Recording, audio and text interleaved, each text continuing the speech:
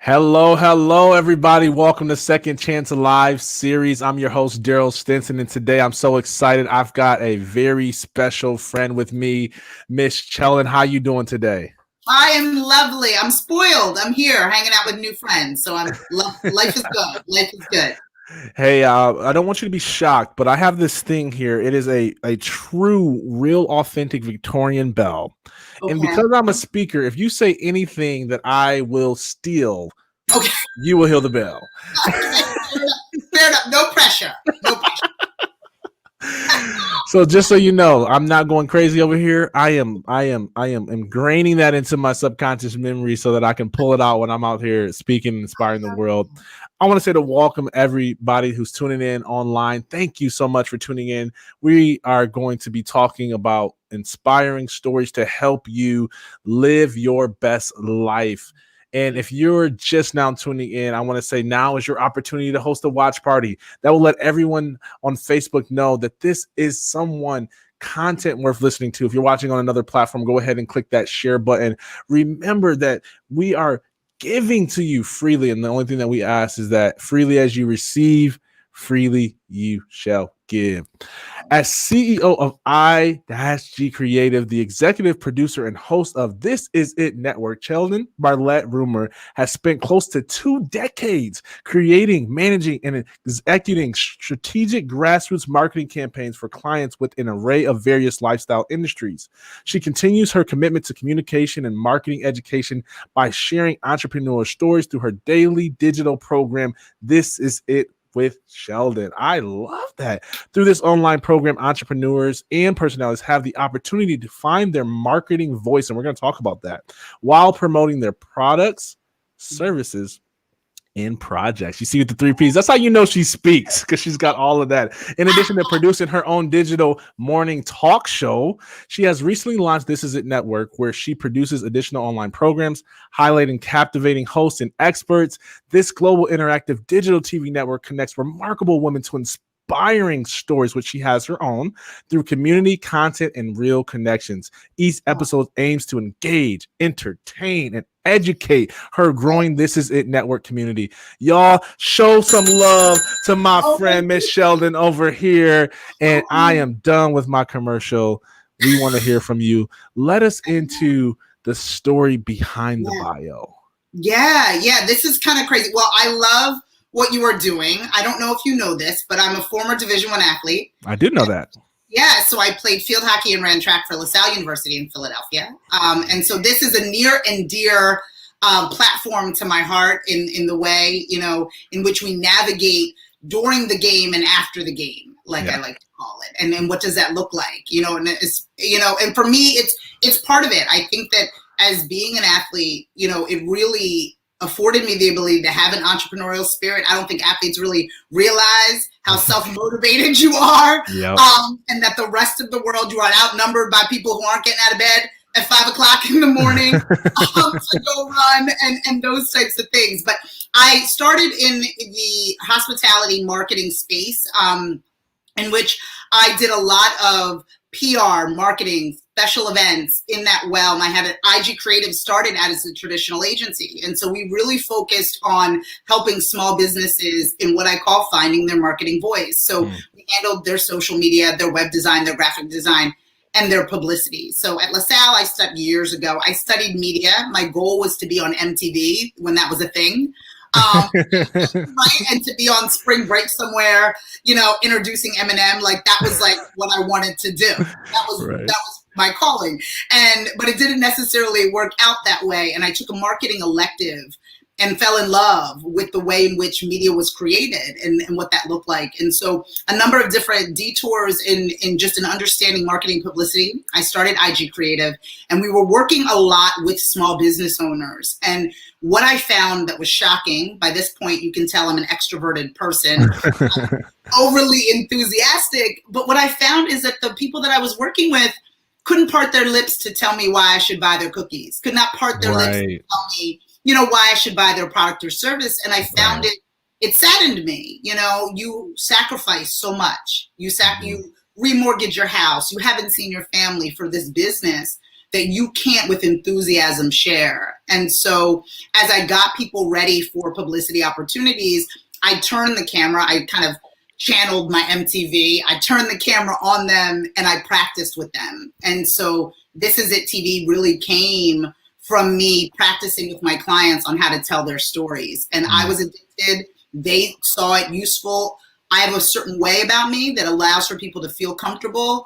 They relaxed their shoulders and found their voice. And I knew that that's what I wanted to do for the rest of my life. And so This Is It TV and the discipline behind being an athlete has afforded me the ability to be here today. Wow. I still love it. So, there's a bunch of people right now asking the question, how do I get my voice heard? How do I market my message in this online space? What would your advice be to those people that are kind of new to marketing their message, and how can they be heard?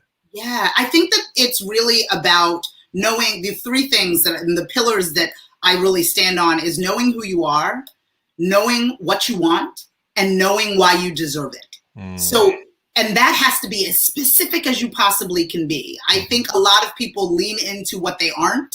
They have aspirations of really diving into things in which they're not skilled at, right? Or they're not proficient, right? And they find themselves in one of these spaces where they're making excuses before they start working. And why are you dancing in that space? You know what I mean? Why are you dancing? And if you think of it from an athlete standpoint, I talked about, distance run. I was a sprinter.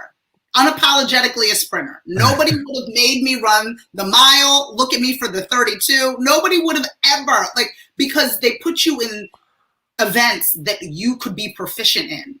And I think that so often we don't do that. We don't really create our own race in the way in order to win it. So just knowing who you are, which also means understanding what you're not capable of doing. Like as a business owner, I know I'm an extrovert. I love to speak. I love to teach. But I'm not your accountant. You don't want me to do your math. I'm not the one, right? And so I now, by a lot of trial and error, learned that I have to hire that position, right? I know that doesn't belong to me. And just really letting that piece go. And so what you want, though, I think that is everything. Because I think a lot of people waste a lot of time marketing themselves or sharing their brand without intention. Doing a lot of just posting for the sake of posting without asking the question, what am I going to receive on the other end of this? And even do I want that in that way? And then lastly, why you deserve it, I can't tell you how many people cannot or will not share why they should get the job, why somebody should buy their product or service. And I have to tell you, if you can't tell them, then they will never be able to tell you. And so that for me, who you are, what you want, and why you deserve it, and make sure that lives everywhere consistently is what my big piece of advice. I love it. I want to camp right there on that last point, why you deserve it, because I find myself in coaching others, and I'm sure you find this too, that this worthiness aspect is hard for some people, especially when you're getting started and you wonder, do I have what it takes? And do I got the juice, as my business? How do you help people overcome the mindset block of wanting or feeling like they deserve it or wanting it?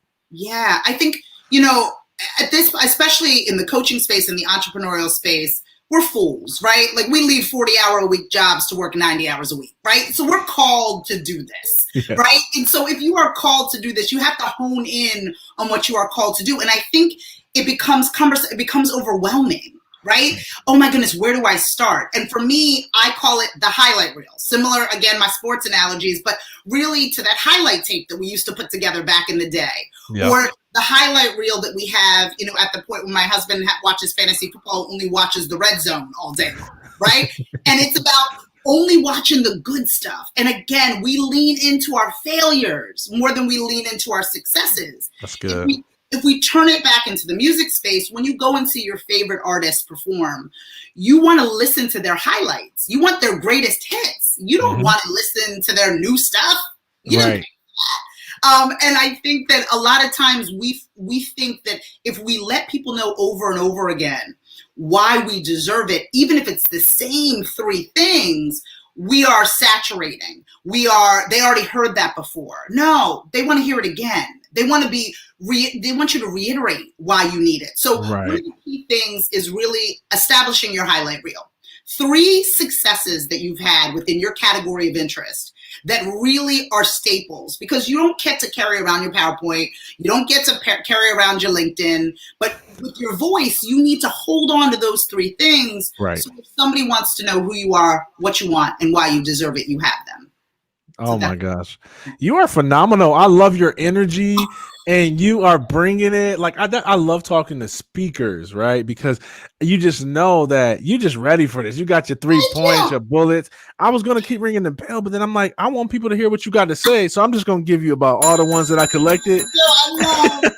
I love you're spoiling me, and I'm so happy to be here. This is so wonderful. But you do it too. You do it too. You know, I think that, again, we are outnumbered by people who need clarity. Yeah. And I think that what it is, the coaching isn't necessarily because you aren't good at what it is that you're about to do. Yeah. The athletes, the people who win the Super Bowl, they have coaches. Exactly. They have coaches and they go to practice every single day. Yes. And I think that that's the mentality that entrepreneurs should have.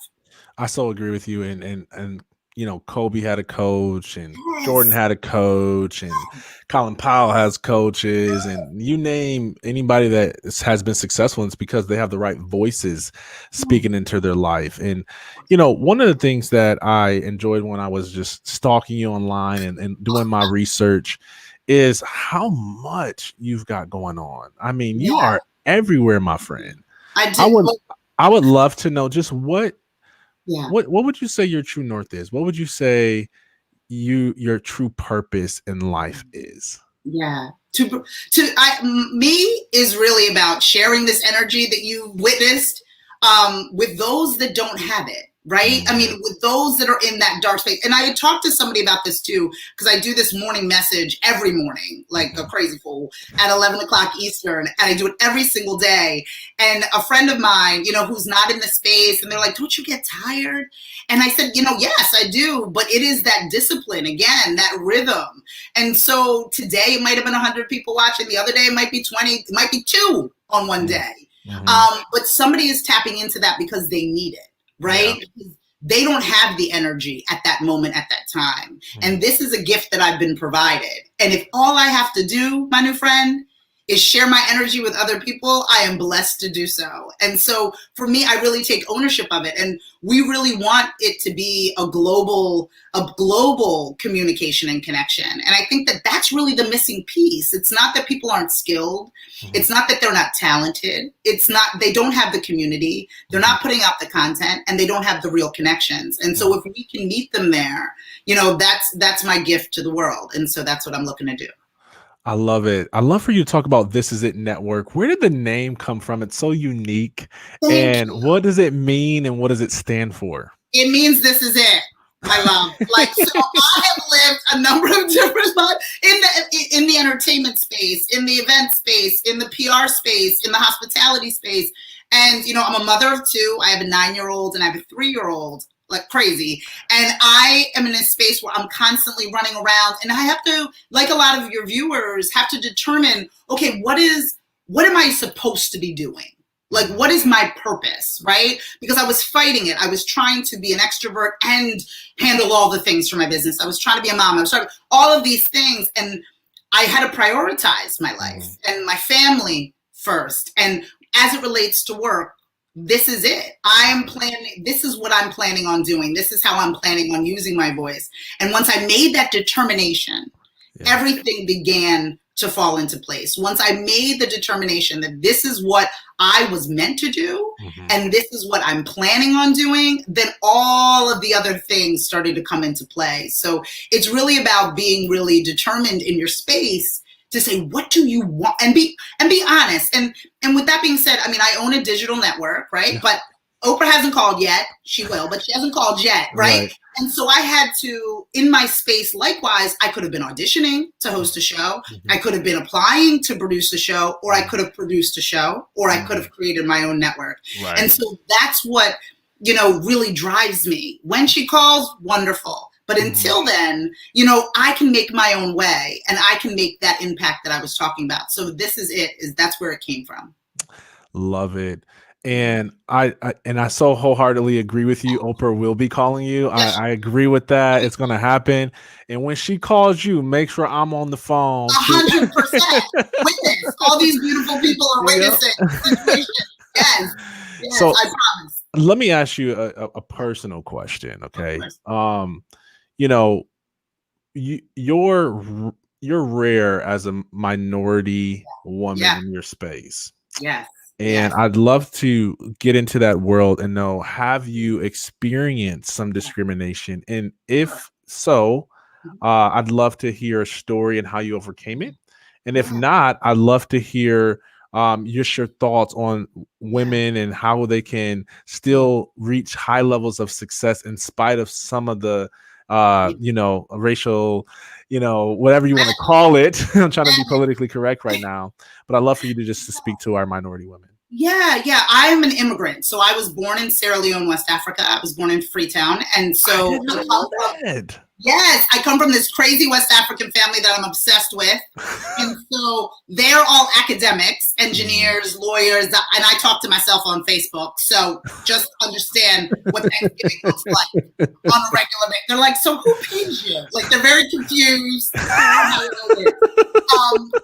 I come from this space. And so we were always really taught to be citizens of the world. And to understand our place within that world, but also understand that we were privileged within a lack of privilege, right? So we had access and education in a space that may not be ample for those that look like us. And so we were very well aware of where we fit within the matrix, but also to be very grateful of our space. Right. But also know, because we had privilege within a lack of privilege, that when opportunities came to us, that we needed to be the best in the room, not the best brown person in the room, right? It was about really owning that space. And there's so much, and that's heavy. And the quote that I'm leaning on 2020 is, just because I carry it well doesn't mean it isn't heavy.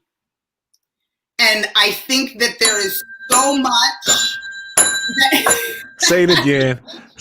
Look, I didn't knock my whole camera out. Say it again. Just say it again. Well, I don't think they heard you. Just because I carry it well, it doesn't mean it isn't heavy. Oh my God. And I think that that's the space that people don't understand. And to be the first one is an obligation and a stress, but it is necessary, because it becomes aspirational. You know, I teased about Oprah Winfrey in that way, but when I was younger, it wasn't because she was wealthy or she was because she was my truth. Right? I saw her at 4:00. She was leading the conversation. She looked like me. She wasn't the epitome of perfection. And she needed to be in the space. And I don't know what she went through to be in that space, but simply her existence allowed me to believe that it was possible. So going back to, if all I have to do is talk for the rest of my life, if the challenge that I have, right, as an African-American woman, if all I have to do is have difficult conversations in order to honor those that came before me, I will have those conversations from the moment I wake up to the moment that I go to sleep. And hoping that those stereotypical Karens, I can at least let them see me and let them hear me. Because I do believe it all comes out of fear, right? So if we are to coin her Karen, she's nervous that I will take her space at the table, figuratively, right? And if you talk about, then we're often nervous as people of color or minorities that there's only room for one of us at the table, right? So all of it is coming from a place of fear. I'm scared, I got to hold on to it. She's scared, she's got to hold on to it. And no one's letting go. What This Is It Network is for me is creating a new table.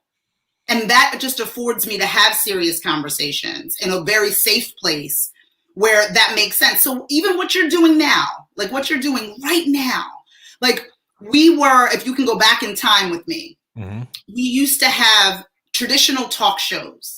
Right? Remember, we had Donahue and Sally Jessica Raphael and Montel and Ricky Lake and of course the Queen Oprah. And regardless of wherever you were in the country, you could sit down knowing nothing, and an hour later you could actually be smarter for it, right? All of those talk shows were replaced with reality television, which is self-segregated. Don't get me wrong, I dive into the Bravo, right? You know, Andy Cohen can call too. I'm not judging, but I am saying that they created, and it literally profited off of angst and fighting, and that became entertainment, as opposed to Phil Donahue running up the stairs and asking Jimmy from Ohio what he thought, right? So there wasn't this mixture of conversation. And so even to the point where middle America, you know, these women would go to the dinner table and their husband would be like, oh, she's watching too much Oprah again. When she was woke, right? when she had too much to say. We need to have those conversations. And to answer your question, we have to be prepared to have those conversations, where in the beginning of my career, I was like, I'm just going to sit and mind my business. I'm going to do what I've got to do. But I know that I have a unique voice. And so stepping into that role is a choice. Is it fair? No, but life isn't fair. And if this is all I have to do, I will gladly have these uncomfortable conversations. So. Oh, I love it. I love it. I love it. This is just one of the questions that just came to my head. And sometimes when that happens, I know that it's going to be a good segue into something different. So it may seem like a little bit of a curveball, but it's not. All right. You mentioned owning your gift. Yeah. Okay. And it's clear that you have a talent. I'm wondering, have you ever been in a setting where you felt like you had to dumb your gift down to match the energy of the room? Absolutely. If so, how have you been able to still step into your greatness without worrying about how other people respond to your gifting? Yeah. And so here's the issue. Like there's a couple things you can't say to me. You can't tell me to shush. Right? You cannot tell me to calm down, because that also makes me. Oh gosh. And you cannot tell me to relax. Those are the three things. I cannot be shushed. Noted. Tell me to calm down and don't tell me to relax. I have only one volume, Cheldin. That's it. That's all I got. I got no whisper. I got nothing. And so in that space, but I was timid in a lot of ways. But going back to your original conversation, because I grew up in predominantly white areas, I played field hockey, you know, which is a predominantly white sport. Yes. You know, in this kind of space, I used my voice to fill the room as a defense mechanism for not being judged, right? So like I needed and felt as if I used it as my superpower. As opposed to hiding from it. I used it as, I'm going to make sure that these people are comfortable, that these people think I'm funny, that these people know that you know what I mean? I'm in a welcoming space, okay? Big smile, whole thing. Because I realized quickly, once I did that, once I transferred the energy, I controlled the energy in the room. Exactly. Right? And so, but on the other side, I mean, I know I'm a little bit much for some people. I mean, I know I'm a lot. You know what I mean? So, and truthfully, I'm not for everyone. That's true. And it's kind of like letting go of trying to be for everyone all of the time, and then you are nothing for anyone. And so that was with time, like being a pleaser, wanting people to like me, wanting people to understand me, you know, and then I got shushed way too many times, my friend. And I was like, I got to just go find my people. I got to find them. Talk about it. How did you find your people? So I think that it's just about being bold and like bragging boldly. So to your point, I think as women in particular, they lead with, I don't want to brag, but, right? With like, I don't, you know, and they follow it up with, I've been in the industry for 20 years. It's like something enormous. And I'm like, but if you're not going to share, and it's not called bragging when it's fact, right? Right. You know, it's sharing, just letting people know and stepping into it, right? And I think that, again, going back to the highlight reel, why you deserve it, you need to check your resume as often as you can to remember where you've been. because it's so easy to forget your accomplishments when you're in this space. It's so easy to forget you're a record holder. It's so easy to forget you're a captain. It's so easy to forget that you launched. It's so easy because you're looking for the next thing. So I feel like we just need for it to be a practice, and that's what it's really became for me. If you've noticed, I have, which started as a hashtag, it was Scream Your Dream was a hashtag of mine. Yeah. And it was just something cute that I used to add at the end of everything because I thought, I'm loud and it's cute and it's a thing. And then people that were on the show and that followed me would ask me, okay, this is cute, but how do I do it? How do I scream my dream? And I mentioned earlier that I do this live every morning at 11. And it's because, to your point and the theme of the show, it's because being inspired for the moment is one thing. Staying motivated is another.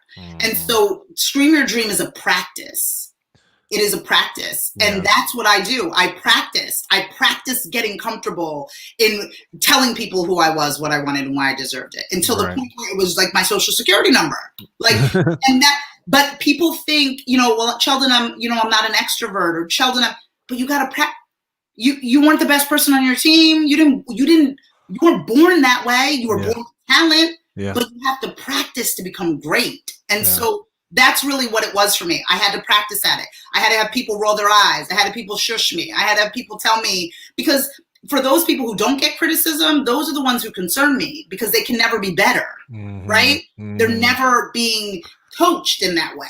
So they're just kind of flatlining. Yeah. But for me, when people come, oh, well, I didn't really understand that, or they're not shushing me, but they're like, that wasn't clear. I was like, oh, I have to deliver it in a better way. I have to get 3 bullet points out versus whatever it is that I'm saying. But it's practice. It's a practice of screaming your dream, which is what it is.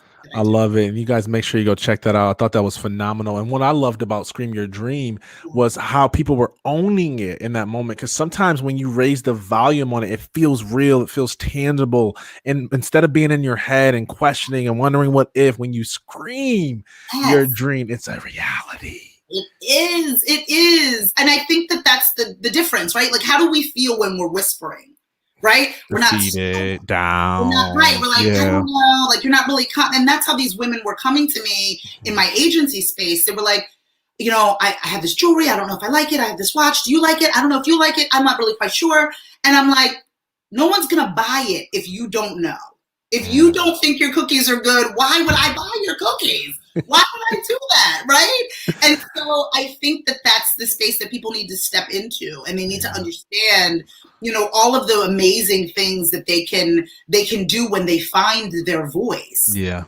And knowing that they don't have to, their communities, I always say to folks, because I'm a little late to the game. Like, I'm a little late to the game with the YouTube, like all of it. As much as I was in the agency space, while the mentors in our space, the Gary V's and all this folks were doing, Rachel Hollis's, et cetera, were really aggressive in the digital space. I was doing agency work. And so, but that was a time where you needed 90 million followers to be validated. Now it's quality over the quantity. Right. So if you have 100 followers, lean into those 100 followers. You can make a lot of money off 100 people. You can. You know what I mean? So it's, I think, the balance that people need to have in understanding more of voice. I love it. And, I'm going to talk about your greatness and run the world's best commercial for you. I want people to go over to This Is It TV. But I would love for you to share one failure and how you overcame it. This is a thing. I am an amazing boss, but I wasn't such a good employer. So I'd sit with you, tell me about the boyfriend, tell me about your mother, let's go get food, let's go get whatever.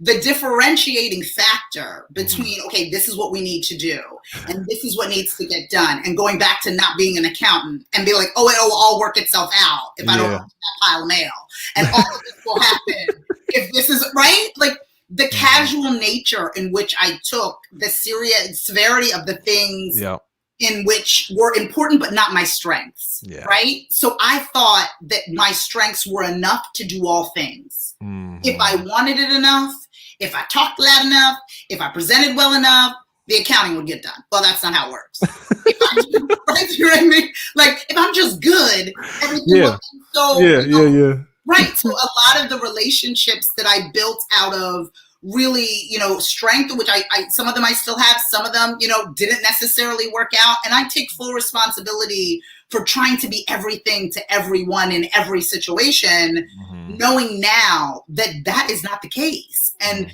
it's okay, because entrepreneurs, we're driven in ego, right? You can't tell me no. You can't tell me I can't do that. I can handle it.